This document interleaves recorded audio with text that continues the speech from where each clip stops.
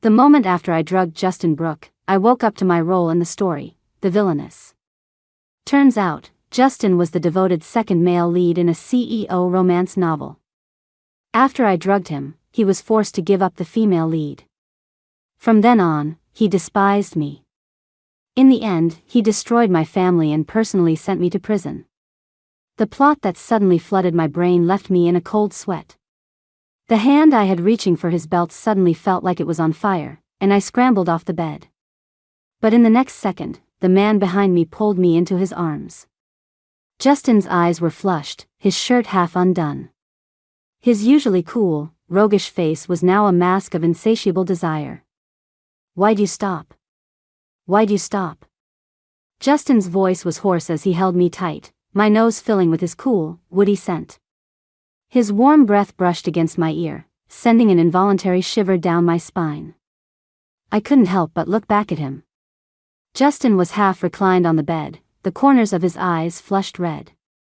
His normally cool, sharp features were now full of desire, his gaze fixed completely on me. I'd already pulled his shirt halfway down to his waist, and his firm waistline was just a hand's reach away. The sight made my head spin, but the plot replaying in my mind was a constant, blaring alarm. The world we were in was a cheesy romance novel called My Runaway Mommy Bride. The heroine, Bella White, was a sweet, innocent girl with an unbreakable spirit. While working at a karaoke bar, she met the male lead, Evan Smith, and the second male lead, Justin Brooke. Both of them gradually fell in love with her. And me? I was the villainess, in love with my childhood friend Justin, but my feelings were never returned. Finally, at a party, I made my move on him. After one reckless night, I ended up pregnant, and Justin was forced into a business marriage with me. From that point on, he loathed me. He orchestrated my family's bankruptcy, my brother got into a car crash, and my parents died in an accident. Eventually, he sent me to prison himself. The day I went to jail, the sky was overcast, and the rain poured down. And the love-struck fool that I was, with tears in my eyes, I'd stupidly asked him, after all these years, was there not even a single second you felt something for me? His expression was blank, his voice chilling. Every second I spent with you was utterly disgusting. My thoughts snapped back to the present. Looking at Justin behind me, I broke out in a cold sweat, his words of disgust still ringing in my ears. I shoved my way out of his arms and jumped off the bed, putting a good 6 feet between us. Justin's eyes gradually cleared as he coolly watched my series of frantic movements. I looked at his expensive, wrinkled shirt and forced an awkward laugh. This is all a misunderstanding. I drank too much and got the wrong person. Just pretend this never happened. See ya. With that, I didn't dare look back again. I bolted out of there like my hair was on fire. The next day, my best friend, Lily Lynn, and a group of our girlfriends invited me out for drinks. The moment she saw me, Lily gave me a playful nudge and a smirk. "Carrie, so, how did last night go?" I ignored her and downed a glass of liquor in one go. The other girls exchanged confused glances, not understanding my reaction. Seeing my gloomy expression, Lily stroked her chin thoughtfully. "Don't tell me Justin wasn't performing?" Seeing their mixed expressions of confusion and shock, I let out a deep sigh. "Girls, I'm so screwed." My frantic expression left them baffled, but before they could ask anything else, a loud commotion erupted from the crowd below. We all looked over to see the innocent heroine, Bella White, standing alone and terrified in the middle of the room, her delicate face filled with helplessness. A greasy-looking older guy had her by the hand and wouldn't let go. "This suit cost me thousands. You think a simple oops is going to cover it? No way, you're going to have to make this right today," the drunk man shouted, clutching Bella's wrist. Just as we were about to go see what was happening, Justin and the male lead, Evan, arrived on the scene. I froze on the stairs, silently watching Justin approach Bella. His face was as expressionless as ever, his eyes cold and unapproachable. But the way he moved to protect Bella was so gentle it made my heart ache. Bella looked up, tears welling in her eyes, and called out his name softly, "Justin." My own eyes stung, but I masochistically forced myself to keep watching Justin's every move. Just need some exposure therapy, I told myself. Downstairs, Justin seemed to sense something and his cool eyes swept in my direction. I quickly looked down, avoiding his gaze. My friends behind me saw Justin shielding Bella and carefully watched my reaction. Lily glanced at me a few times and chose her words carefully. Justin's probably just helping someone out. Don't overthink it, Carrie. One of the other girls rolled her eyes and jabbed Lily, silently telling her to shut up. After Justin and Evan arrived, the older guy scurried off. I stopped paying attention to what was happening downstairs, grabbed my purse, and told Lily and the others, something came up, I'm heading home. Then I went downstairs and left the bar. When I got home, my brother was working from his home office. He looked up, surprised to see me. Back so early today, princess? I ignored him, walked straight to the kitchen, poured him a cup of coffee, and handed it to him. My brother's eyes widened, looking both surprised and flattered. What's wrong, princess? Need more money? Brother, can you arrange a meeting for me with that mogul from Hong Kong, Brendan Chen? My brother froze, the coffee cup halfway to his lips. What's this all about? Done chasing after your Justin? What good are men, anyway? I want to contribute to the family business for a change, I said, clinging to his arm and putting on my sweetest voice. Ever since my revelation yesterday, I'd been thinking about this constantly. Because I had loved the wrong man, I ended up causing the tragic deaths of my brother and parents. All for a man. Now that I knew the plot, what was I, a good-for-nothing rich kid who just partied and waited for an inheritance, going to do to change this ending? Our family doesn't need to sell off its daughter to stay in business. Carrie, your mom and I just want you to be happy. My brother stroked my head affectionately. A lump formed in my throat, and I buried my face in his chest, sobbing. My family, who loved me so much. In the end, I did get the meeting with Brendan Chen. As we sat in the restaurant, I smoothed my wavy hair and studied the man across from me. He wore a bespoke suit, his facial features sharp and clean, with high-set brow bones. Every movement he made was calm and poised, the picture of a gentleman. Thank you, Brendan said with a smile to the waiter who brought our food. I mentally gave him points. Composed and polite. Even if there was no love, I thought, a life with someone like him wouldn't be so bad. As we were getting along well, my earring got tangled in my hair. My earlobe was starting to turn red and throb. I tilted my head, struggling to free it. Seeing my predicament, Brendan leaned in slightly. Need some help? From a distance, the angle must have looked like we were kissing. Carrie? A man's voice called out from behind us. I turned to see Evan and Justin. Evan's questioning gaze shifted between me and Brendan, while Justin, standing beside him, had a grim expression, looking for all the world like a husband who just caught his wife cheating. I finally untangled the earring and held it in my palm.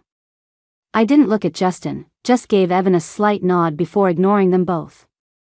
Evan recognized Brendan as the Hong Kong tycoon who had recently been expanding into the mainland, so he walked over to say hello. Justin stood next to me, his faint, woody scent shamelessly flooding my senses. I kept my head down, cutting my steak, letting my wavy hair fall over my shoulders to block Justin's direct stare. But my useless brain went right back to that blush-inducing night. My mom said you haven't been over in a while. Why don't you and your brother come for dinner tomorrow? Justin's sudden voice shattered my muddled thoughts. I paused for a moment, then replied without looking up, my brother is busy tomorrow, and I already have plans with a friend. Please give my apologies to your aunt. The plot I now knew filled me with resentment. On some devilish impulse, I added, you could always invite Bella. Justin didn't say anything. I kept cutting my steak, pretending to be busy. Only when his woody scent was gone did my tense body finally begin to relax. I had 2 reasons for refusing.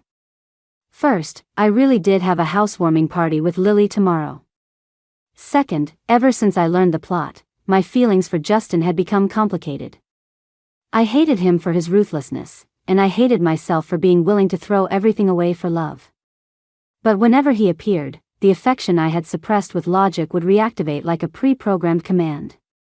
This emotional conflict made me have a stress reaction every time I saw him now. I was disgusted with him, and with my own foolish self. Brendan looked on thoughtfully, watching me zone out as Justin walked away.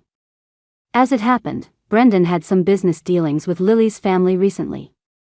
So the next day, I invited Brendan to come with me to Lily's housewarming party at her new villa up in the hills. My gift to her was one of my recent paintings. I'd always loved ink wash painting, but my interest faded after Justin mocked my work as chicken scratch when we were kids. After my plot awakening, with nothing better to do, I'd picked up the hobby again. The moment I walked in with my gift, I saw a few uninvited guests. Evan was on the balcony, teaching Bella how to play a board game. Justin was lounging on the turmeric-colored sofa, his hair falling slightly over his eyes, softening the line of his jaw. Hearing the door open, his cool, deep-set eyes glanced over. Our gazes met for a second before he turned his attention to Brendan beside me. I was the first to look away, so I missed the dark, brooding look in his eyes. Lily came over with a smile, took the gift from my hands, and whispered in my ear, "I don't know why Bella came along." "I'm so sorry, girl." I waved it off, chatted with my friends for a bit, and then headed toward the pool. I was lounging bored on a deck chair by the pool, scrolling through celebrity gossip. Suddenly, someone sat down in the deck chair next to me. I looked up and saw it was the innocent heroine, Bella. A bad feeling washed over me. I started to get up to leave, but Bella suddenly grabbed my wrist. I frowned in confusion. She just smiled and whispered, "Sorry about this." The next second, I felt a strong pull, and both of us tumbled into the pool. The cold water rushed into my mouth and nose. My face twisted in pain as I struggled helplessly, trying to grab onto something. I could hear people shouting on the deck. As my consciousness started to fade, I saw a figure swimming toward me. When I woke up again, I was in the hospital. Brendan was just walking in with a thermos. His face was handsome, his eyes gentle and clear, giving off an approachable vibe. "You're awake?" "I just got some warm water." "Did you save me?" My throat was dry and painful when I spoke. Brendan poured me a glass of water. The soft sunlight streamed through the window, bathing his handsome features in a gentle glow. "Drink some water first." I took the glass, but then I remembered Bella dragging me into the pool. I shot up straight. "Where's Bella?" "Evan rescued her. She's fine." I sipped the water slowly, my mind blank as I started to spin conspiracy theories. Her pulling me into the pool was obviously premeditated. But why would she do that? What did she have to gain from it? While I was trying to figure it out, the doctor came in for his rounds. He said I was fine, and since I hated the smell of antiseptic, I checked out early and went home. After I got back, Justin, for the first time ever, called me several times, but I was in the shower and missed them. When I saw the missed calls, I figured it was the same old story, the devoted second male lead calling to ask why I was so cruel as to push his Bella. I pursed my lips at my phone. It was better to let sleeping dogs lie. I didn't call back. I spent the next little while recovering at home, painting in my studio during the day. Life was peaceful and pleasant. The next time I saw Justin was 2 weeks later, at a welcome home party for a childhood friend who had just returned from abroad. I was afraid of running into the main characters and their drama, so I originally planned to decline. But my friend, Henry Bernard, pleaded and pestered me relentlessly. We'd been friends since we were kids, so I gritted my teeth, threw something on, and went to the private room Henry had booked. As soon as I walked in, Henry pushed me into the seat right next to Justin. He knew I'd had a crush on Justin since we were little and shot me a conspiratorial wink. I was speechless. I really wanted to shout, "Times have changed, my friend." Justin sat beside me, drinking quietly, not even glancing in my direction. Of course. He probably thought I, the evil villainess, had just pushed his precious heroine into the water and was still fuming. I put on an equally cold expression and leaned back on the sofa, scrolling through my phone. I scrolled with one hand and reached for the fruit platter on the table with the other. My grip slipped, and a cherry tomato rolled down the curve of the table like it was on a roller coaster. I quickly reached out to catch it, but a well-defined hand was faster, cupping itself right under mine. My hand shot back reflexively. The touch was warm, but fleeting. My heart pounded. I looked up, and Justin turned to look at me at the same time. I avoided his gaze. The back of my hand felt like it had been seared by fire. I sat up straight, feeling awkward. Evan arrived with Bella in tow. It was clear Bella had dressed up for the occasion, sleek black hair, a white dress, a delicate face. She looked like the heroine of a coming-of-age tearjerker. Henry, always the life of the party, saw that most people had arrived. After a few rounds of dice games and talking in riddles, he grabbed a bottle and announced we were playing Truth or Dare. Henry went first. The bottle spun and wobbled to a stop in front of Bella. She looked like a startled bunny, her big, dark eyes widening, before she smiled shyly and said, "Truth." Henry, figuring that since she came with Evan and he was so protective of her they were practically dating, cleared his throat, ready to play wingman. "Is there anyone in this room that you like?" Bella's face turned bright red, but to everyone's surprise, she didn't look at Evan. She looked at Justin. The tension in the room skyrocketed. Gossipy eyes darted back and forth between the three of them. She bit her lip, her eyes shy, and whispered, "Yes." There wasn't the expected round of whooping and hollering. Everyone just looked at me, then at each other, and finally back at me. Besides Bella, everyone at the table was a childhood friend. They all knew about my pathetic, years-long pursuit of Justin. Was a rival showing up out of nowhere? And what was the deal with Evan? As for those of us at the center of the storm, Justin didn't even look up at the answer, as if he couldn't care less. He just lit a cigarette with his long fingers. I was outwardly as cool as a cucumber. Only Evan seemed a bit distracted. It was Bella's turn to spin the bottle. With a delicate hand, she gave the bottle a gentle push. Whether it was intentional or not, it stopped right in front of Justin. He seemed uninterested. He lifted his eyelids slightly, his voice hoarse. "Truth." The blush returned to Bella's cheeks. "Is there anyone in this room that you like?" The smoke swirled around him, obscuring his face. I could only make out the profile of his high-bridged nose and thin lips. Everyone held their breath, waiting for his answer. Then, in a voice that was quiet but clear, he said, "Yes." A collective gasp went through the room. This was Justin, the coldest and most reserved of them all, admitting he liked someone, and that she was here. His words were like a clap of thunder on a clear day, leaving everyone's jaws on the floor. They all thought this party was worth it, just to get some dirt on Justin. Amid the shock, only I remained calm. Not only was I not surprised, I had a feeling of course. No matter how cold the second male lead was, he still had a heart. And, true to romance novel fashion, that heart was devoted to the female lead and her alone. It was perfectly normal. Justin ignored the questioning looks from everyone and picked up the bottle with his long fingers. He didn't even spin it. He just pointed it right at me. Everyone was baffled by this maverick move.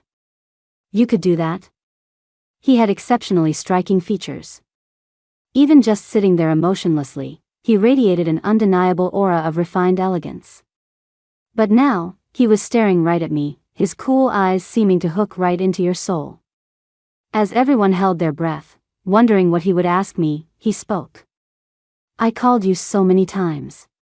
Why didn't you answer?" My eyes widened. My back went rigid. I stared at him in disbelief. Henry slammed his hand on the table in excitement, letting out a loud shout.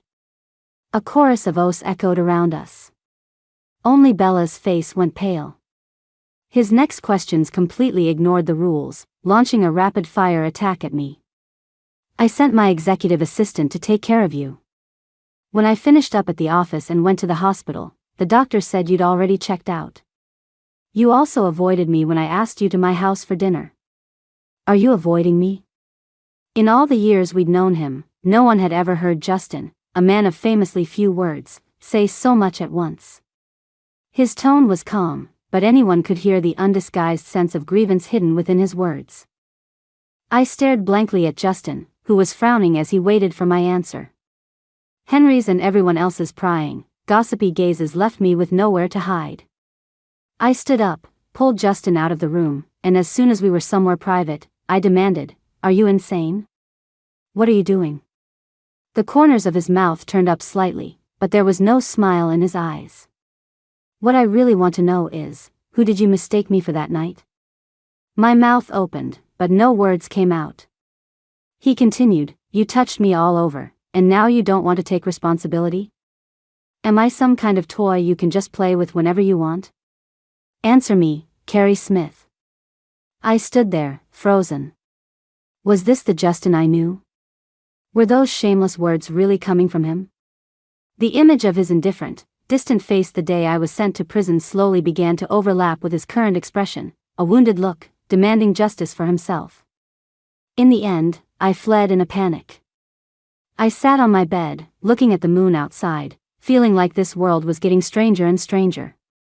It all felt so unreal, like I was walking on cotton.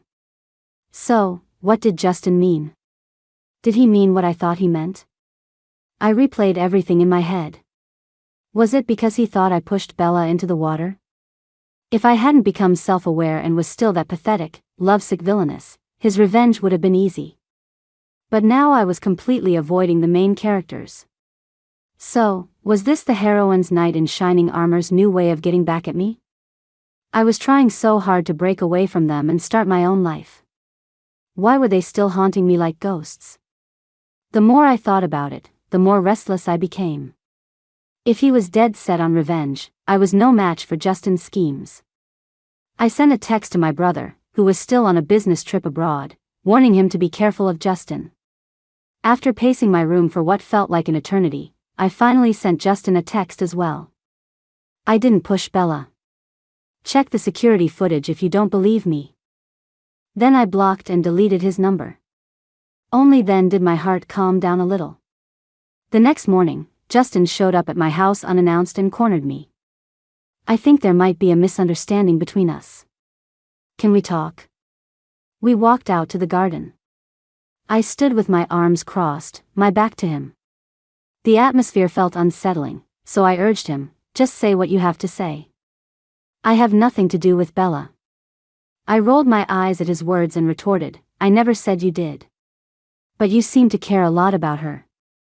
The moment I heard Bella's name, I remembered her pushing me into the pool for no reason. I immediately flared up, turning around to face him with a cold glare. "What do I have to do with her? Why would I care about her? Or is it that you care about her, so you have to second-guess everything everyone else does? This is ridiculous. Justin, if this is all you wanted to talk about, then I don't think we have anything more to discuss.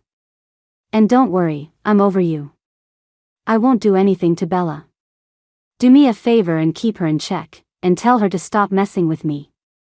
With that, I ignored the sudden change in Justin's expression and started to walk away. As I passed him, Justin grabbed my wrist tightly. His sharp features now held an almost shattered panic. "That's not what I meant." His voice, full of disgust as I was being sent to prison, and the final, tragic state of my parents and brother, these memories often woke me up in a cold sweat in the middle of the night. Maybe I was finally letting go. Or maybe I just didn't want to repeat the same mistakes. Looking at his expression now, I felt nothing inside. I just let out a cold laugh. "Then what do you mean, Justin? I was afraid every second you spent with me was utterly disgusting, so I got the hell out of your way. I stayed far away from all of you. Is that still not good enough? Why are you chasing after me now? Just to make my life miserable?" After saying all that, my heart ached as if it were being squeezed tight. But I refused to back down, staring at him defiantly. "When did I ever say you were disgusting? Don't say things like that just to be hurtful." It hurts me, too. Bella and I have nothing to do with each other. Are you angry because of what happened at the bar? If you don't like it, I won't have any contact with her again. Justin's hand was still clamped around my wrist, refusing to let go. The usually reserved man now seemed at a complete loss. Heh. What's your deal now? Don't tell me you've fallen for me. Yes. I've fallen for you. His directness left my mind a blank slate. The retort I had ready died on my lips. I was silent for a long moment before I forced myself to sound calm. The person you like is Bella. You just haven't realized it yet. Even if you don't like her now, you will eventually. I don't want to get involved in your relationship. I couldn't gamble on his sincerity. The price was too high, and it wasn't a bet I could afford to lose. So I took a deep breath and continued, if you really like me, then let's not contact each other again. For the sake of all the years we've known each other. Brendan and I continued to see each other, but our meetings felt more like business appointments than dates. He invited me to be his date for a corporate banquet in the capital. I had just arrived at my usual salon when I ran into Bella, already in her evening gown, with Evan by her side. I'd heard that Evan's family had been trying to set him up on blind dates, and his way of rebelling was to bring Bella to even more events. But whatever was going on with the main characters was none of my business. I still hadn't gotten my revenge for her pushing me into the pool, though. By the time Brendan and I arrived at the hotel, it was already crowded. To match my gown, I had worn a pair of heels that were rubbing my feet raw. But on the surface, I maintained a graceful and radiant appearance, making small talk with Brendan at my side. I looked up and saw a meticulously dressed Bella laughing and chatting in the center of a crowd, with Evan on her arm. Justin was on the other side of the room, holding a glass of wine, surrounded by people. Lily, seeing the scene, whispered, I heard Evan's mother really dislikes her. She even offered Bella a check to get her to leave, but Bella, full of pride, tore it up on the spot. Said his mother was insulting their love. Then she went and told Evan. Now the relationship between Evan and his mom is a total war zone. And look at her now, all glamorous next to Evan. The rumor in our circle is that she's with him while also stringing along other rich guys. A lot of them have fallen for her act. I took a sip of red wine, listening to Lily's gossip. It was all so predictable. Spoiled, rebellious rich kids who get tired of their 5-star meals and develop a taste for plain porridge. Bella may have come from a poor background, but she projected a naive innocence and a bone-headed sense of integrity that us pampered heiresses, who've seen it all, couldn't give them. She would take them to eat at dusty roadside beef noodle stands. She would play with cheap, $1 sparklers with them. I heard that a few days ago, she made Evan walk home in the rain with her because she didn't want to be wasteful and spend money on a taxi. Apparently, Evan came down with a fever for 3 days and got acute gastroenteritis. So romantic. Losing interest in the gossip, I slipped away to the rooftop for some fresh air. I hadn't been on the rooftop for long when I heard familiar footsteps at the door. Justin walked slowly toward me, holding a band-aid. It was as if our last conversation had been completely forgotten. I sat on the rooftop swing, avoiding his touch as I took the band-aid from him and said a quiet, thank you. I saw the paintings you posted on your social feed. They're very good. I have a friend who teaches at the Art Academy, and he specializes in ink wash painting. I can connect you if you're interested. I didn't respond. Justin kept talking. Finally unable to stand his rambling, I cut him off coldly. Have you forgotten? When we were kids, you said my paintings looked like chicken scratch. Justin pressed his lips together, silent for a moment. Because you were painting Henry Bernard that day. The silent standoff between Justin and me was interrupted by Bella appearing at the doorway. Justin. Bella's voice was soft and delicate. Justin was standing directly in front of me, so she didn't see me. Justin glanced to the side. His eyelids were thin, his lowered lashes a deep, dark blue. A gentle evening breeze blew past. The dappled moonlight on his profile made him seem even more distant and cold. Bella bit her lip and said cautiously, Evan told me your favorite food is spicy Hunan cuisine. I've recently learned a couple of dishes. Would you like to come over sometime? As a thank you for helping me out at the bar. I sat leisurely on the swing, enjoying a close-up view of the romantic drama unfolding between the heroine and the second male lead. Justin's expression didn't change, but his words were sharp and merciless. It's not that I love spicy food. Carrie loves it, so I just eat it with her. And at the bar, I was only helping out for Evan's sake. As for you deliberately leaning into me, did you consider how Evan would feel? Also, all those messages you send to my work number every day are causing me a lot of trouble, Ms. White. Bella's blushing face turned pale at his words. Large tears welled up on her lashes, making her look so pitiful and sad that even I felt a pang of sympathy. Justin, how could you? Am I interrupting something? A male voice cut off Bella's sob. Evan was leaning against the door behind her. His face was dark, his eyes fixed on Bella. Who knew how long he'd been there or how much he'd heard? Bella was instantly flustered, staring blankly at Evan's sudden appearance. Justin took the band-aid from my hand, knelt down, and held my ankle to apply it for me. When Justin knelt, Bella immediately noticed my presence. She stood frozen, her face ashen, like a statue. Her beautiful features were slightly twisted, her eyes filled with humiliation and shame. Justin took off his suit jacket, draped it over my cool shoulders, and led me off the rooftop. Just before we left, I faintly heard Evan say, "Bella White, you've got some nerve." It looks like Bella's whole persona has collapsed. I heard Evans already agreed to the blind dates his family set up. Lily lay on the sofa in my bedroom, sipping her boba tea and mumbling. I, with a face mask on, casually replied, "They probably just had a fight. They'll make up in a couple of days." Lily thought for a moment, then leaned in excitedly. "Hey, so with Justin chasing you so aggressively lately, what are your thoughts?" "My parents really like Brendan Shin, but my brother isn't a fan." Lily pouted. "I don't like Brendan either. He gives off this vibe of fake kindness, a total egoist. Do you remember when you fell into the pool? As soon as you went under, Justin looked like he was about to lose his mind. He jumped right in to save you. Brendan, on the other hand, waited until you were rescued before even lending a hand." My hands, which had been applying skincare, suddenly stopped. It wasn't Brendan who saved me?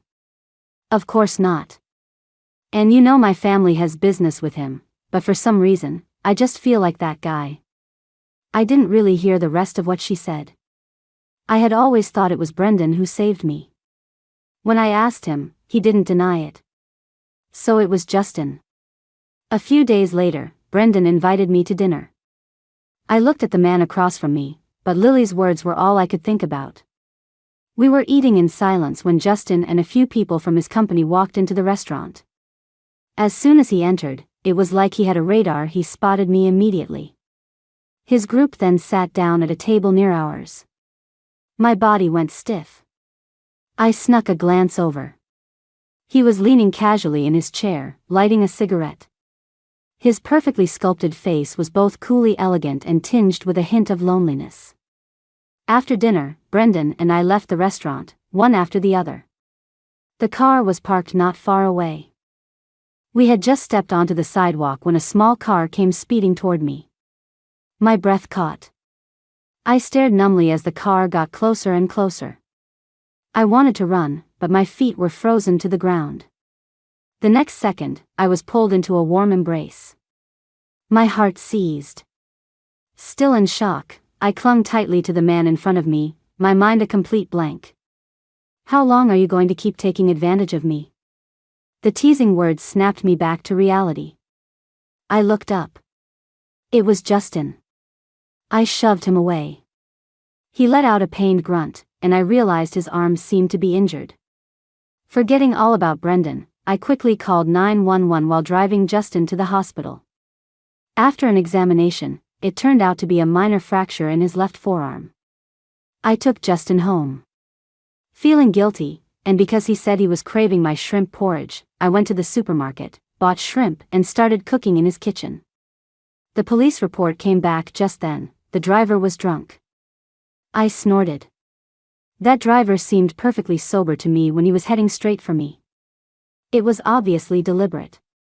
When Justin heard the result, he rubbed his fingers together, his cool eyes frosted over. I brought the cooked shrimp porridge out from the kitchen. Justin scooped up a spoonful with his good hand and took a small taste. The last time I had this was when you made it for me in high school. I kept my eyes down and didn't reply. Why do you hate me so much now, Carrie? You at least owe me a reason. I'm heading home. Tell me what you want to eat tomorrow, and I'll come make it for you, I said, picking up my bag. Don't go. Justin forgot his left arm was injured. He reached for me, then flinched in pain. His elbow accidentally knocked over a bowl of scalding porridge, spilling it all over himself. I rushed to grab paper towels to wipe the mess off him. Afraid he was burned, I pulled him into the bathroom to run cold water over the area. By the time I realized what I was doing, one of my hands was lifting his shirt, and the other was touching his abs. My face instantly flushed red. I awkwardly straightened up. Justin's right hand was clenched into a tight fist at his side, his body trembling, the tips of his ears bright red. I forced a grin to hide my embarrassment. Maybe you should do this yourself, I said, and bolted out the door. Justin's fracture took over a month to heal.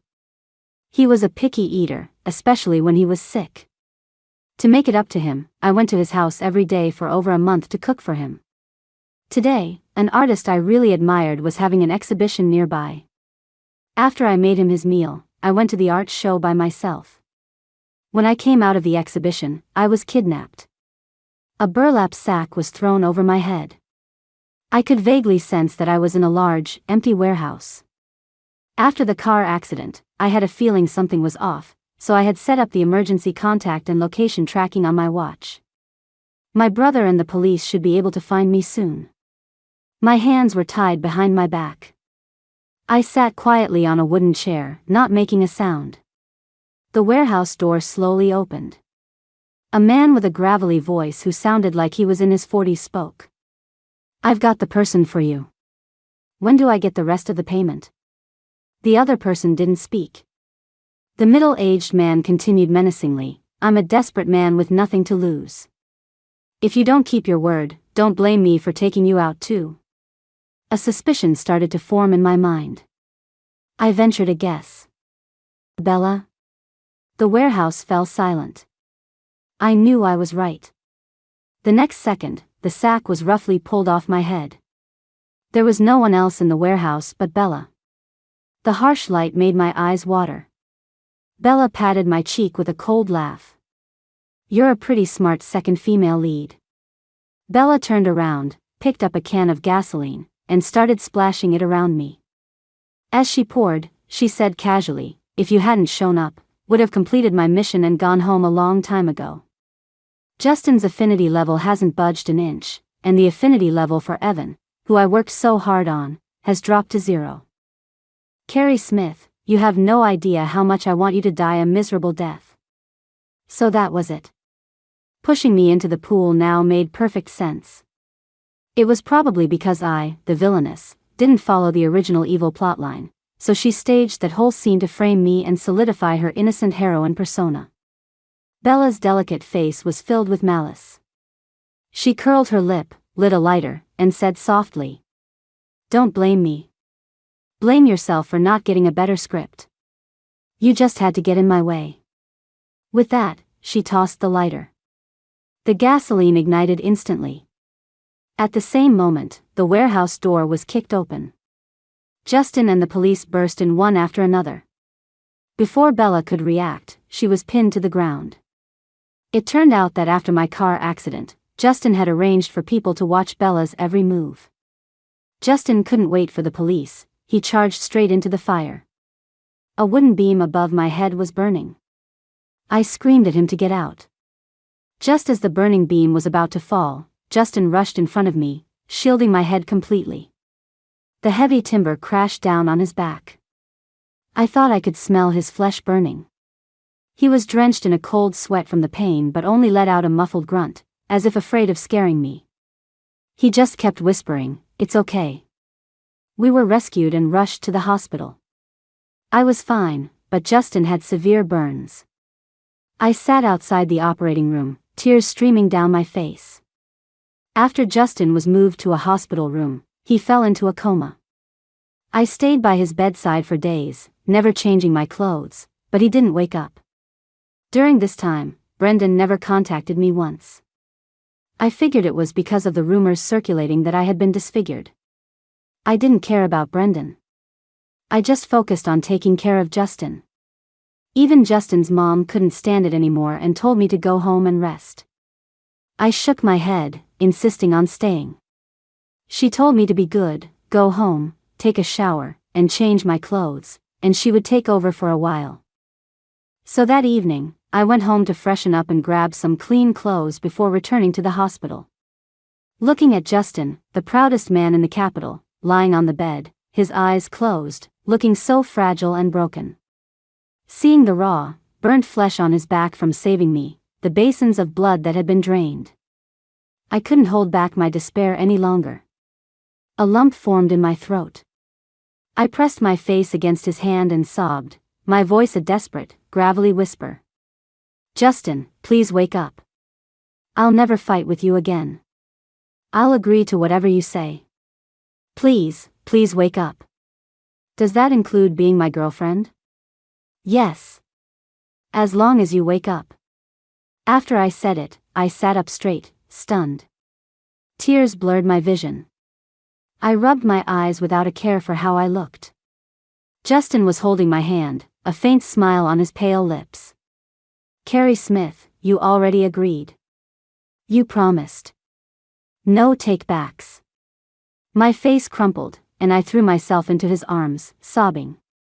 Justin's mom heard the commotion and quickly called the doctors into the room. I shyly pulled away from him and stood to the side, watching them examine him. Justin's mom looked at her son, whose eyes were fixed on me, then at my blushing face. She smiled knowingly. Because Justin's family had kept the news quiet, it wasn't until he was about to be discharged that everyone found out it was him who was injured, not me. Our childhood friends all came to his house for a discharge party. The idea, of course, came from Henry. Justin held my hand the entire time, a hint of sweetness on his usually cold face. Everyone was amazed by this development, remarking that when the capital's resident iceberg fell in love, he was just as sappy as any normal person. Lily, after getting drunk, sidled up to me for some girl talk. "I'm so glad you're okay. I couldn't reach you for days, I was so worried. My phone was destroyed in the fire at the warehouse. I haven't had a chance to get a new SIM card yet." Lily patted my shoulder, her face full of relief. "As long as you're okay, that's all that matters. That Bella girl is getting locked up for attempted murder. She'll have plenty of time to enjoy prison food. I heard she kept telling the police she wanted to see Evan and Justin, insisting she was the main character and you were the one who should be in prison. Like a total psycho." I listened to Lily thoughtfully. In the original plot, I was the one who went to prison. I looked over at Justin in the living room, thinking about the story in my head, and how different everything was now. Maybe it was because I'd been thinking about it so much, but that night, I had a dream. The dream was about what happened after I went to prison. Unable to cope with the loss of my family, I killed myself. And Justin, who was supposed to be deeply in love with the heroine, had said with the same cold voice upon hearing of my suicide, she should have died a long time ago. But then, tears slowly rolled down his cheeks. It was such a split feeling, as if there was a trapped soul inside his second male-led shell, crying for my death. A few years later, he died in an accident on a cruise ship. When the rescue team found his body, he was tightly clutching our wedding ring. I woke up crying. Beside me, Justin, still asleep, tightened his arm around me. I leaned into his embrace, tracing the outline of his face in the dark. After a long time, I realized I couldn't doubt his feelings anymore. "I'll give us a chance," I thought. Justin's warm breath brushed against my ear. I snuggled into his arms and fell into a peaceful, dreamless sleep. Epilogue. My wife, the little idiot, still thinks she successfully drugged me that night, even now that we're married. I have no idea who gave her the bright idea to drug me. Probably Lily. But I should thank Lily for the assist. That night, I was playing along, half willing, but then she stopped midway and said she had the wrong person. I didn't sleep a wink that night, and then rumors started spreading that I couldn't perform. Henry came into my office, his gaze drifting downward, and asked hesitantly, "Justin, you don't actually have a problem, do you?" I said coldly, "Look again, and I'll gouge your eyes out." After we got married, I proved with my actions whether I had a problem or not. My wife has always been insecure. Before and after our wedding, she was always convinced that I had special feelings for Bella. I never told her that. In fact, I would sometimes hear things. Every time she argued with me, her words full of barbs, a voice in my ear would tell me to explain everything, to not miss my chance with her again. That voice had guided me through many things since we were kids. It only disappeared after we got married and I had a dream that felt like a past life. And I finally understood why my wife was so certain I liked Bella. Our fate in this life is something I begged for by breaking the plot with my suicide in the last one. Now, we live a happy life. Our second daughter is already school-aged, and my wife is still as beautiful as ever. Bella is getting out of prison soon. My wife has been having frequent nightmares again, muttering in her sleep about how Bella pushed her into the water. So, the day Bella was released, I went to see her. She looked at the burned scars on my arm and sneered. Carrie might not have seen it clearly, but I saw everything that night. "Justin Brooke, you're not just cruel to others, you're even crueler to yourself." I replied nonchalantly, "I should still thank you." Without this whole self-injury plot, she never would have accepted me so quickly. I let out a soft laugh. "Ms. White, it's time to realize you're not in your all-powerful story anymore. You do the crime, you do the time. I'll be waiting for you when you get out." Bella froze for a few seconds.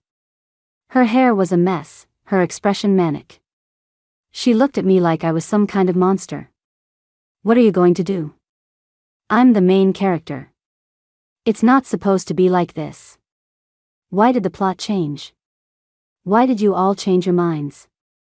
Why are you all on that bitch Carrie's side? You're all supposed to like me. I just want to go home. Justin, let me go. I'm begging you, let me go." I watched her meltdown with cold eyes.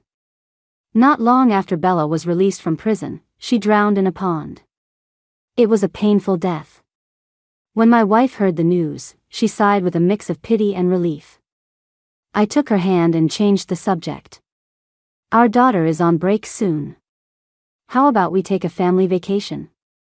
You've been so busy with your art exhibition, you've been neglecting me." She stuck out her tongue and leaned against me coquettishly.